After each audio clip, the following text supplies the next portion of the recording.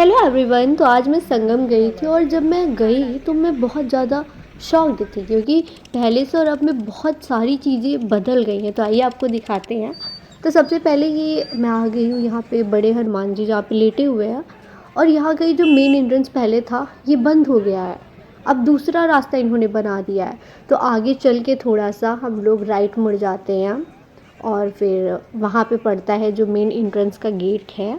इस बार प्रॉपर मंदिर का एक बाउंड्री वगैरह बना दिया गया है। एंट्रेंस का गेट अलग है, एग्ज़िट का अलग है। सब जगह वहाँ पे मेंशन हुआ है कौन एंट्रेंस का कौन एग्ज़िट का।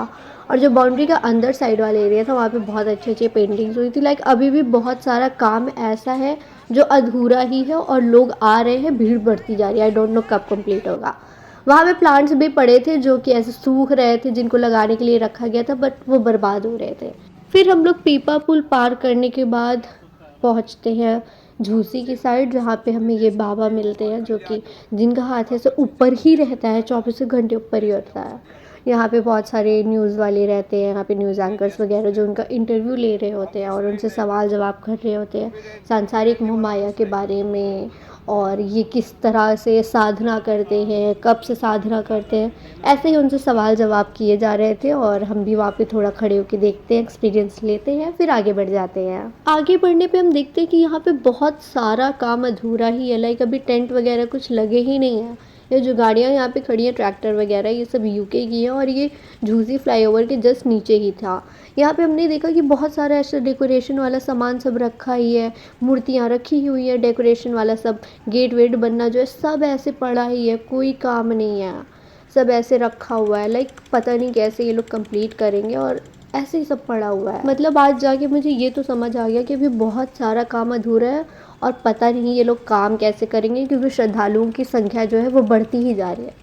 और यहाँ पे कुछ अटपटा सीन दिखा जो कि कार का इन्होंने कुछ अलग तरीके से यूज़ किया है। इस पे कपड़े शूज़ सब इन्होंने सुखा रखे थे। तो इस बार मेले में तो यार बहुत सारे बाबा है और हर बाबा का अलग ही तरीका था, अलग ही अंदाज था। मतलब उनकी साधना करने का तरीका ही अलग था। उसमें से कौन कैसे थे, कौन कैसे नहीं थे। एक तो वॉइस ओवर में बाद में इसलिए कर रही है क्योंकि मेला क्षेत्र में तो यार बहुत शोर था, मेरी बात सुन नहीं पाते आप लोग। हमने यहाँ पे एक ई रिक्शा देखा जो कि काफ़ी अलग था। लाइक हमारे यहाँ जो ई रिक्शा चलते हैं वो तो ऐसे लगता है कि कुछ दूर जाने के पलट जाएंगे, लेकिन ये देख के लग रहा था कि नहीं यार ये तो हैवी है, ये तो नहीं पलटने वाला है।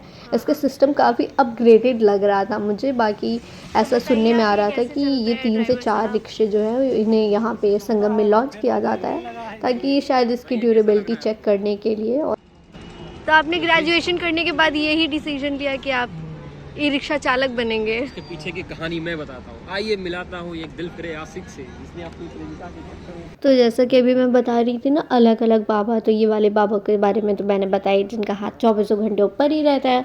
इनके बगल में एक और टेंट था जिसमें जो बाबा थे उनके जो पैर थे वैसे टेढ़े टेढ़े से थे, तो उनकी अलग टाइप की साधना थी।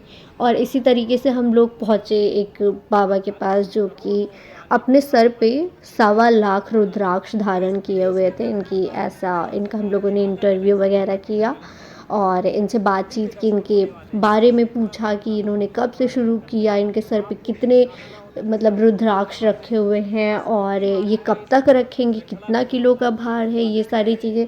और हमने वहाँ पे ध्यान भी दिया कि जो वहाँ पे फूल वूल पे पैसे वैसे चढ़े थे, 100-50 रुपये, जिसका जो मन था वो दिया, इनका पूजा पाठ किया। उनके बगल में जो बाबा थे वो चीलम वगैरह फूंक रहे थे। लाइक बाबा लोग तो चीलम फूंकते हैं, उसमें क्या, ठीक है।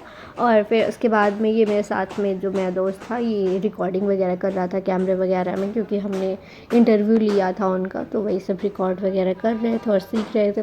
फिर बारी आती है मेरी, फिर मैं भी थोड़ा सा जोश दिखाती हूँ और मैं भी इंटरव्यू लेती हूँ एक बाबा का।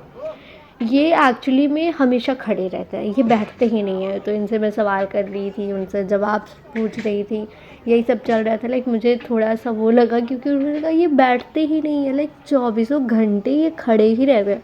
मैंने इनसे पूछा भी कि आप सोते कैसे हैं? तो ये जैसे खड़े ना, ऐसे थोड़ा सा ऐसे सर झुका के, जैसे हम लोग स्कूल में नहीं करते, हेड डाउन कर लेते हैं जब सर्वर दर्द होता है, तो वो ऐसे ही बता रहे थे कि मैं तो ऐसे ही सोता हूँ। फिर उसके बाद हम वहाँ से निकलते हैं। अब शाम भी काफ़ी हो गई थी और धीरे धीरे जैसे जैसे शाम हो रही थी, शाम हो गई है यार, बहुत ज़्यादा ठंड हो रही है यहाँ पे। एनीवेज मैं वॉइस ओवर घर पे जाके करूँगी क्योंकि आवाज़ यहाँ पे वैसे भी नहीं आ रही है कुछ भी। तो सुना ना आपने कि अगर मैं वैसे वीडियो बनाती हूँ तो वहाँ पे कितनी ज़्यादा शोर हो रहा था, इतना चहल पहल था, इतना ज़्यादा कुछ नहीं तो ट्रक के आने जाने का इतनी ज़्यादा शोर आ रही थी। फिर धीरे धीरे ठंड इतनी बढ़ गई थी ना कि मुझे अपने जो मैंने मफलर लिया था उसको ऐसे लपेटना पड़ा, इतना कि फिर बाद में मैंने कान बांधा, फिर उसके बाद मुझे अपना मुंह भी बांधना पड़ गया क्योंकि ठंड बहुत ज़्यादा थी। वैसे मैं संगम कभी रात में नहीं घूमी हूँ ना, लेकिन आज इतना सुंदर लग रहा था यार, जैसे जैसे शाम हो रही थी इतना प्यारा व्यू लग रहा था।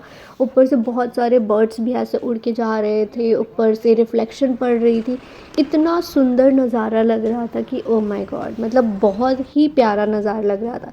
देख के लग रहा था कि हाँ यार, रात में क्या लगता है संगम, क्योंकि चारों तरफ जगमग जगमग लाइट लगी थी, पूरी जितने लाइट के खंभे थे उसको एलईडी वाली जो लाइट होती है ना उससे सजा दिया गया था। इतना प्यारा व्यू लग रहा था ना कि मैं क्या ही बताऊँ, लाइक आप लोग खुद ही देखो यार कितना सुंदर लग रहा था। तो यार आज तो मैं इतना ही रिकॉर्ड कर पाई, फिर बाकी जब जाऊँगी तब रिकॉर्ड करके अपलोड करूँगी।